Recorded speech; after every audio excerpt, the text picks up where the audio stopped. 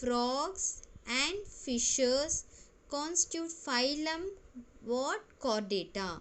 Chordata means having a backbone, which have a notochord or backbone. Okay, notochord I'll tell you after that clearly.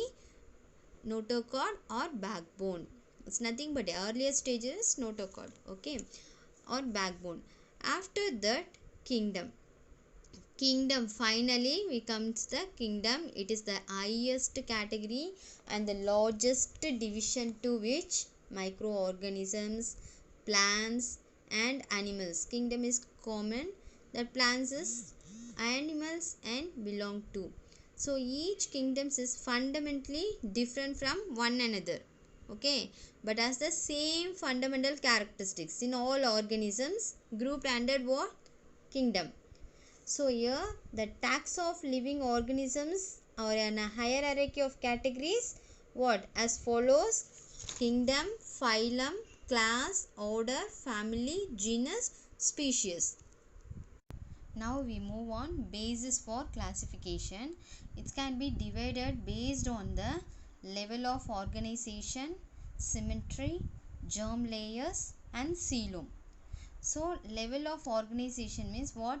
Arrangement of cells. What is that? Arrangement of cells. Animals are grouped as unicellular or multicellular based on cell, tissue, organ and organ system. Okay, unicellular means what? Single cell. And then multicellular means having a many cells. So unicellular example what? Bacteria. It comes under the classification what? Monera. Already we see the 5 kingdom of classification, no? So Monera is the first one. So that is also what? Unicellular. And then it's a prokaryotes. Prokaryotes means what? Is no well defined nucleus and lack of cell organelles. Okay, that is the prokaryotes. So the example of bacteria. And then multicellular means what? Many cells, it's having a cell organelles. Okay, so unicellular and multicellular based on cell. So the group of cell is made in the tissue, the tissues is made from the organ, and the organ is formed to the organ system. That is the level of organization. Okay, is it clear? Next, symmetry. Symmetry means it's a plane of arrangement. What is the plane of arrangement of body parts?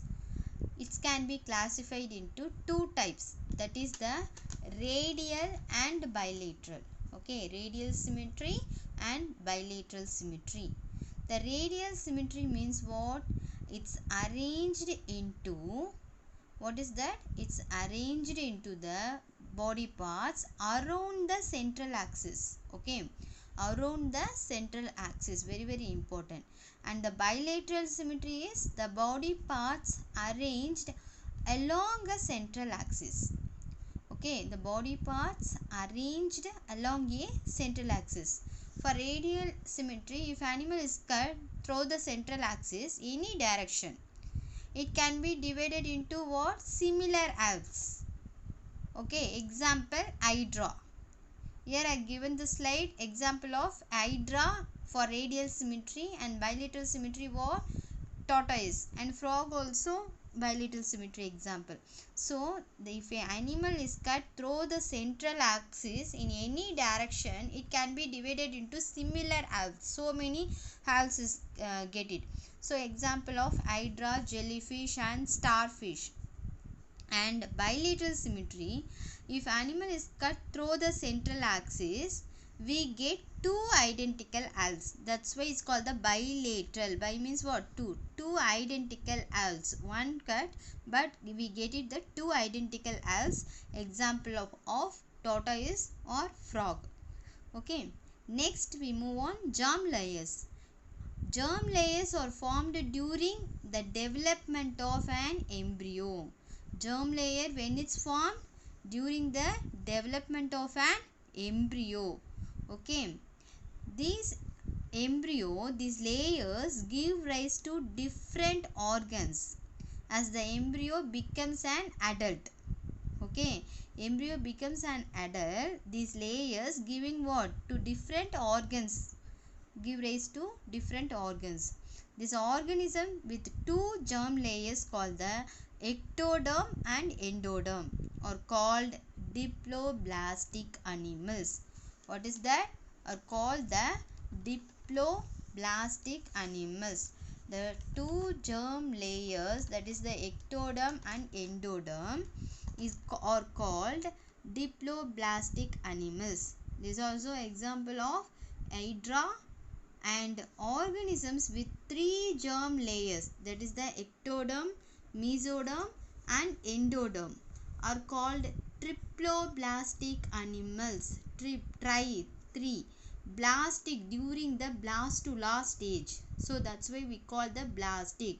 Here also diplo, two, and blastic what, during the blastula stage, because the development on embryo, no, so during the blastulation, on that time the germ layer is formed, that is the ectoderm and endoderm is called the diploblastic animals.